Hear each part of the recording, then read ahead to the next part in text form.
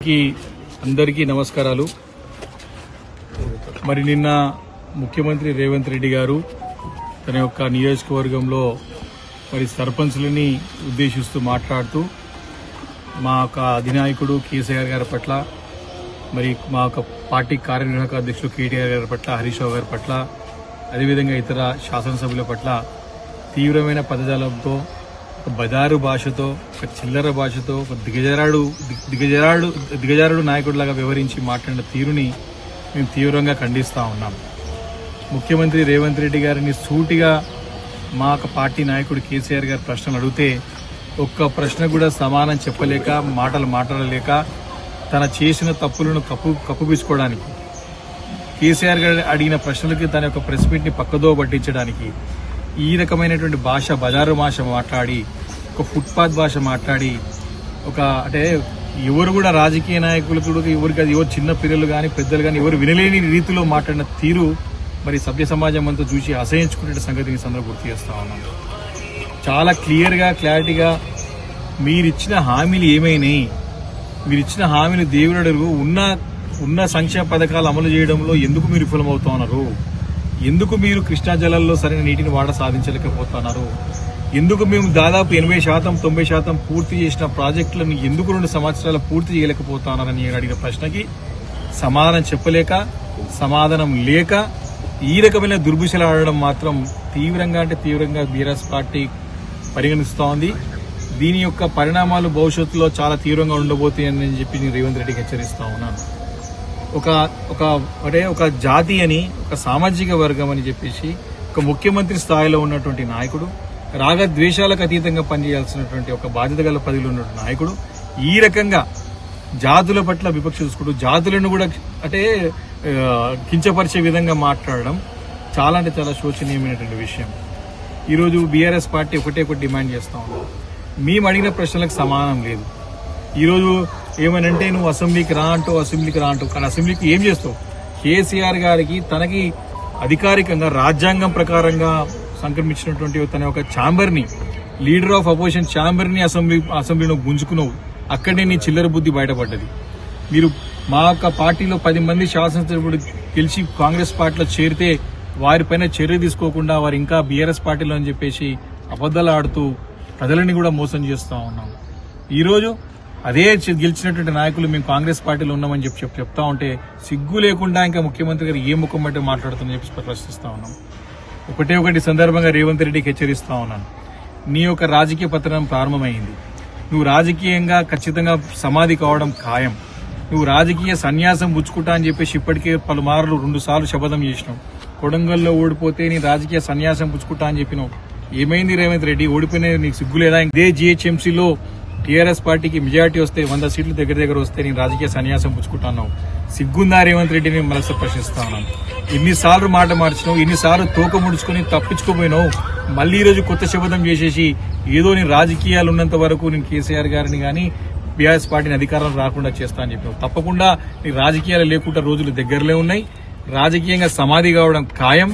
నీ శపథం ఏముందని శపథం నీకే శాపం అవుతుందని చెప్పి సందర్భం మనం చేస్తా ఉన్నాం. దేవుళ్లను కూడా మోసం చేసినటువంటి ఒక నాయకుడు ఎవరన్నా ఈరోజు రాజకీయాలు ఉన్నారంటే నీకే వర్తిస్తుంది. రైతు బంధు విషయంలో, రుణమాఫీ విషయంలో నేను ప్రజలు నమ్మకపోతే దేవుళ్ల పైన ఎక్కడ ఏ జిల్లాకు వెళ్తే ఆ జిల్లాలో ఉన్నటువంటి ప్రసిద్ధంగాంచినటువంటి ఆలయంలో అక్కడ దేవుని పైన మీరు ప్రమాణం చేసి అమలు చేయక తప్పించుకున్నావు. నేను బీఆర్ఎస్ గా డిమాండ్ చేస్తా ఉన్నా. అసెంబ్లీ సమావేశాలు ఖచ్చితంగా బీఆర్ఎస్ పార్టీ ఎలాంటి చర్చకైనా సరే, ఎలాంటి అంశం పట్ల చర్చించడానికి సిద్ధంగా ఉన్నది. మీ అడిగే ప్రశ్నలకన్నీ సమాధానం చెప్పడానికి సిద్ధంగా ఉన్నది. దమ్ము ధైర్యం ఉంటే మా మైక్ కట్ చేయకుండా, స్పీకర్ ని ప్రభావితం చేయకుండా మాట్లాడు. మేము మాట్లాడుతుంటే కుక్కల్లాగా మొరగడం కాదు, ఎగబడడం కాదు. ఎస్, మీకు అనుమానాలుంటే అనుమానం ఇప్పటికీ నివృత్తి చేసినాం. ఏ శాఖదైనా సరే, నీకు ఇరిగేషన్ డిపార్ట్మెంట్ దా, ఫైనాన్స్ డిపార్ట్మెంట్ దా, హెల్త్ డిపార్ట్మెంట్ దా, ఎలక్ట్రిసిటీ డిపార్ట్మెంట్ దా, పురపాలక శాఖదా, ఏ శాఖదైనా సరే అన్ని శాఖల గురించి మేము స్పష్టంగా మా 10 సంవత్సరాల ఒక ప్రగతిని వివరించి మీరు చేసినటువంటి ఆరోపణలన్నింటి కూడా తప్పుడు ఆరోపణలని నిరూపించడం అసెంబ్లీ సమావేశాల్లో. ఈ రోజు కూడా నువ్వు అసెంబ్లీ పెట్టి దొంగలాగా ఈ రోజు పెట్టేసి 3 రోజులు పెడతా అని చెప్పి తప్పితే ఎందుకు 3 రోజులు పెడతావు? పెట్టు, ఖచ్చితంగా పిఎస్సీ మీటింగ్ లో పెట్టు, వారం 10 రోజులు పెట్టు. చాలా అంశాలను చర్చించాల్సినవి.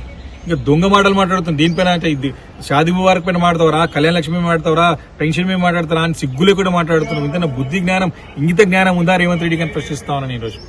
నువ్వు అసలు నాయకుడివేనా? అసలు 2000 పెన్షన్ 4100 రోజులు చేస్తా అని చెప్పినావు. సిగ్గు లేదా ఇంకా మాట్లాడతా? ఏ రకంగా పెన్షన్ చేస్తా అని చెప్పినావు? తులం బంగారం ఇస్తా అని చెప్పినావు. నువ్వు కళ్యాణ లక్ష్మికి ఇస్తున్నావా ఈ రోజు? ఇంకా కూడా అబద్దాలు మాట్లాడి, ఇంకా కూడా తప్పుడు మాటలు మాట్లాడి ప్రజలను మభ్యపెట్టే ప్రయత్నం చేస్తా ఉన్నావు. కేసీఆర్ గారు అంత పెద్ద నాయకుడిని పట్టుకొని ఈ రకమైన భాష మాట్లాడడం చూస్తా ఉంటే ప్రజలు ఆగ్రహ జ్వాలలో ఖచ్చితంగా నువ్వు కొట్టుకోవడం ఖాయం. తప్పకుండా నీకు తగిన గుణపడడం తగ్గేది ఖాయం అని చెప్పి సందర్భంగా నేను హెచ్చరిస్తా ఉన్నాను. నీ యొక్క శబదమే నీకు శాపం కాబోతున్నది. నీ యొక్క శబదం నిలబెట్టుకో. తప్పకుండా రాజకీయాలు లేకుండా అయితే నువ్వు బీఆర్ఎస్ పార్టీ విజయాన్ని నువ్వు కాదు కానీ తాత జేజమ్మలు వచ్చినా సరే చేయలేరు. మీ కాంగ్రెస్ పార్టీకి జాతీయ స్థాయిలో కొట్టుకోబోతున్నది. మీ కాంగ్రెస్ పార్టీని చూసుకో ఫస్ట్. నువ్వు దాన్ని కూడా తెలంగాణ రాష్ట్రంలో ముంచేసేది ఖాయం. నేను అధికారం తీసుకొస్తా అని చెప్పేసి ఏదో పెద్ద పెద్ద ఉపన్యాసాలు చేస్తా ఉన్నావు. తప్పకుండా నీకు గుణపడడం తప్పదు. మేము అసెంబ్లీ సమావేశాల్లో ఎలాంటి అంశం పట్టైనా చర్చించడానికి సిద్ధంగా ఉన్నాం. ఈ రోజు కూడా హైదరాబాద్ ఇంత పెద్ద నగరాన్ని, ఇంత పెద్ద శివారు ప్రాంతాల నుండి గ్రామాలన్నింటినీ కూడా కలిపి ఈ రోజు గ్రేటర్ హైదరాబాద్ చేసినవే ఈ రోజు కోట్ల ముట్టకాయలు పడ్డాయి కదా నీకు సమానం చెప్పి ఇంత పెద్ద ప్రధానమైన అంశాన్ని చర్చించకుండా నువ్వు నిర్ణయం తీసుకున్నావు. నీ యొక్క ఆర్డినెన్స్ ద్వారా తీసుకొస్తున్నావు. దమ్ముంటే ఆ సబ్జెక్ట్ కూడా పెట్టు, అన్ని అంశాలు పెట్టు. అన్ని అంశాలు ఏ అంశమైనా చర్చించడానికి సిద్ధంగా ఉందని చెప్పేసి సందర్భంగా మనవి చేస్తా ఉన్నాను. తప్పకుండా ఈ అసెంబ్లీలో నీ బట్టలు ఇప్పడం గాయం రేవంత్ రెడ్డి అని చెప్పి సందర్భంగా హెచ్చరిస్తా ఉన్నాను. హిట్ టీవీ యాప్, ఇందులో short news, live news, entertainment shows, movies, digital magazines తో పాటు మీ జిల్లా వార్తలను కూడా ఫ్రీగా చూడొచ్చు.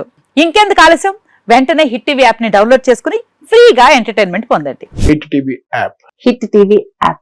Please download hit TV app. Hit TV app ని ఫ్రీగా డౌన్లోడ్ చేసుకుని ఎంజాయ్ చేయండి. మీకు నచ్చిన ఎంటర్టైన్మెంట్ కోసం హిట్ టీవీ యాప్ ని ఫ్రీగా డౌన్లోడ్ చేసుకుని ఎంజాయ్ చేయండి. హిట్ టీవీ యాప్ ని డౌన్లోడ్ చేసుకుని ఆస్వాదించండి, ఆశీర్వదించండి. ఇంతమంది సెలబ్రిటీలు హిట్ టీవీ యాప్ ని డౌన్లోడ్ చేసుకోండి అని చెప్తున్నారంటే ఎంత మంచి యాప్ ఆలోచించండి.